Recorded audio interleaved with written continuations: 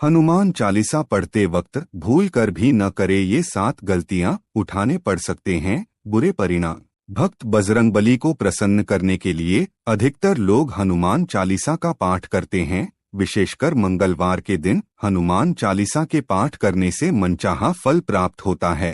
हनुमान चालीसा के लिए किसी खास नियम की आवश्यकता नहीं होती है, लेकिन कुछ छोटी छोटी बातों का ध्यान रखना जरूरी होता है। हिंदू धर्म के अनुसार हनुमान की पूजा से शुभ फलों की प्राप्ति होती है। ऐसा माना जाता है कि उनकी पूजा से लोगों की समस्त मनोकामनाओं की पूर्ति होती है और शुभ फलों की प्राप्ति होती है।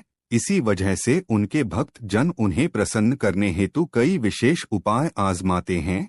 ऐसी मान्यता है कि जो कोई भी भगवान हनुमान की पूजा करता है वह समृद्धि, धन और सकारात्मक ऊर्जा से भरपूर हो जाता है। ऐसी मान्यता है कि चालीसा के नियमित पाठ से भगवान प्रसन्न होते हैं और समस्त कष्टों से मुक्ति दिलाते हैं। हनुमान चालीसा में लगभग 40 चौपाइयां शामिल हैं। ऐसी मान्यता है कि यदि कोई व्यक्ति हनुमान चालीसा का पाठ करते समय सभी नियमों का पालन नहीं करता है तो उसे पूजा का पूर्ण फल नहीं मिल पाता है। प्रिय मित्रों, वीडियो में आगे बढ़ने से पहले मेरा आप सभी से अनुरोध है कि अगर आप लोग भी चाहते हैं कि भगवान विष्णु और माता लक्ष्मी का आशीर्वाद आप लोगों पर बना रहे तो इस वीडियो को एक लाइक करें और चैनल को सब्सक्राइब अवश्य करें और बेल नोटिफिकेशन को अवश्य दबाएं ताकि हमारी आने वाली हर वीडियो का नोटिफिकेशन सबसे पहले आपको मिल सके। तो आइए जानते हैं हनुमान चालीसा का पाठ करते वक्त किन गलतियों से बचना चाहिए।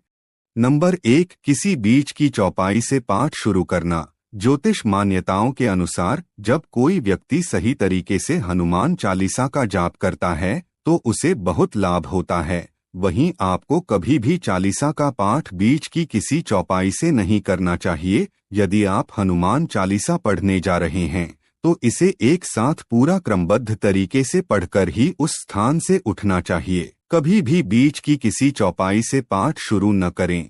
कोई भी पाठ अगर आप कर रहे हैं तो उसे सच्चे मन से करना चाहिए, अन्यथा पाठ करने का फल कभी नहीं मिलता। नंबर 2, तामसिक भोजन और मदिरा का सेवन। यदि आप हनुमान चालीसा का पाठ करते हैं तो सुनिश्चित करें कि आपको भूलकर भी तामसिक भोजन या मदिरा का सेवन नहीं करना चाहिए। ऐसा करने से आप हनुमान जी के क्रोध का पात्र बन सकते हैं। हनुमान जी बाल ब्रह्मचारी हैं और हमेशा मांसाहारी चीजों और शराब के सेवन से दूर ही रहना चाहिए, तभी आपको पूजा का फल प्राप्त होगा। नंबर 3, साफ तन और मन से पाठ करना।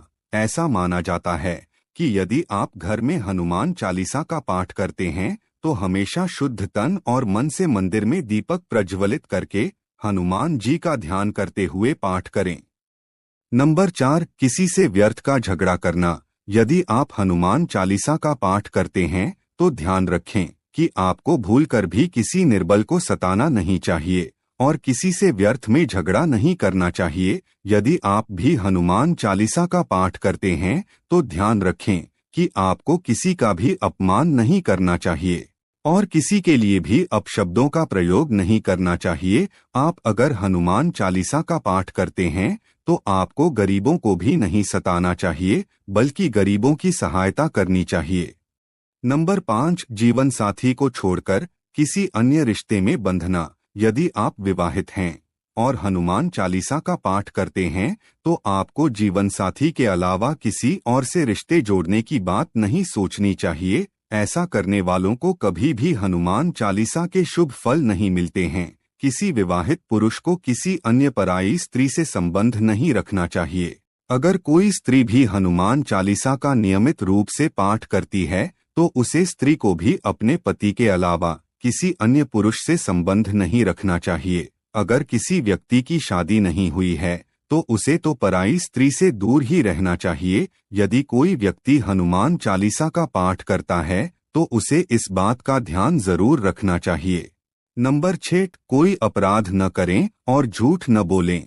यदि आप हनुमान चालीसा का पाठ करते हैं तो आपको किसी भी प्रकार का अपराध नहीं करना चाहिए। आपको किसी के साथ छल कपट करने से भी बचना चाहिए और झूठ नहीं बोलना चाहिए। अगर आपके मन में किसी के प्रति छल कपट और द्वेष है तो इससे आपको पूजा का फल कभी नहीं मिलेगा। नंबर 7, गरीबों और जानवरों को सताना नहीं चाहिए। यदि आप घर की समृद्धि के लिए हनुमान चालीसा का पाठ करती हैं, तो भूलकर भी किसी जानवर और गरीब को न सताएं। ऐसा करने से पूजा का फल नहीं मिलता है और घर में दुख बने रहते हैं। घर में नकारात्मक ऊर्जा का वास हो जाता है और घर से सुख समृद्धि हमेशा के लिए चली जाती है। नंबर 8, हनुमान चालीसा पढ़ने में जल्दबाजी न करें। जब आप हनुमान चालीसा फायदे का पाठ करते हैं, तब आपको कभी भी जल्दबाजी नहीं करनी चाहिए और कभी भी इसके किसी श्लोक का उच्चारण गलत तरीके से नहीं करना चाहिए। इसका पाठ हमेशा धैर्य पूर्वक करना चाहिए। नंबर 9, तन और मन रखें साफ। हनुमान जी और उनके इष्ट श्री राम के चित्र की स्थापना करें। इसके बाद उनके समक्ष जल से भरा पत्र रखें। कम से कम 3 बार से लेकर 108 बार तक चालीसा का पाठ करें। घर में हनुमान चालीसा का पाठ करते समय तन और मन दोनों साफ होना बेहद जरूरी है।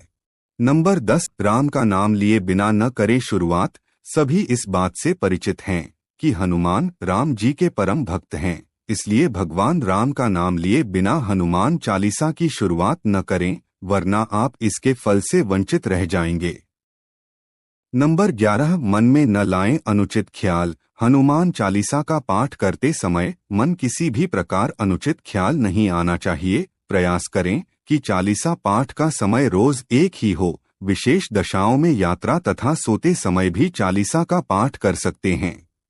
नंबर 12, कभी भी गलत संगत वाले लोगों के साथ में रहे। यदि आप हनुमान चालीसा का पाठ पढ़ते हैं, फिर भी गलत लोगों की संगत में बैठते हैं, उनका साथ उनके गलत कामों में देते हैं, तो आपका पतन निश्चित है। इसीलिए ऐसे लोगों से दूर ही रहे। नंबर 13, मंगलवार और शनिवार को हनुमान के दर्शन। हनुमान चालीसा का पाठ करने वाले को मंगलवार और शनिवार को हनुमान मंदिर में जाकर हनुमान जी के दर्शन जरूर करने चाहिए। यदि मंगलवार या शनिवार को हनुमान मंदिर में जाकर उनके सामने घी का दीपक जलाने से और हनुमान चालीसा का पाठ वहीं बैठकर करने से बड़े कष्ट दूर हो जाते हैं। नंबर 14, ज्योतिष के अनुसार मंगलवार के दिन 3 बार पाठ करना बेहद शुभ माना जाता है। जब भी आप पाठ करें तो सबसे पहले एक पात्र में जल भरकर रख लें। उसके बाद जब हनुमान चालीसा का पाठ संपन्न हो जाए तो उस जल को ग्रहण कर लें। इससे आपको लाभ तो मिलेगा ही, साथ ही हनुमान जी भी जमकर अपनी कृपा बरसाएंगे। नंबर 15, सूतक काल। परिवार में जब किसी इंसान की मौत हो जाती है तो वहाँ सूतक काल मान्य रहता है। जब तक ये सूतक काल रहता है तब तक हमें हनुमान सहित किसी अन्य देवी देवता की पूजा नहीं करनी चाहिए। इस दौरान मंदिर में भी प्रवेश ना करें। दोस्तों, आज की हमारी वीडियो आपको कैसी लगी हमें कमेंट करके बताएं। अगर आपको हमारी वीडियो अच्छी लगी तो कमेंट बॉक्स में जय मां लक्ष्मी जरूर लिखें। भगवान आप सब पर कृपा बनाए रखें। जय श्री कृष्णा दोस्तों।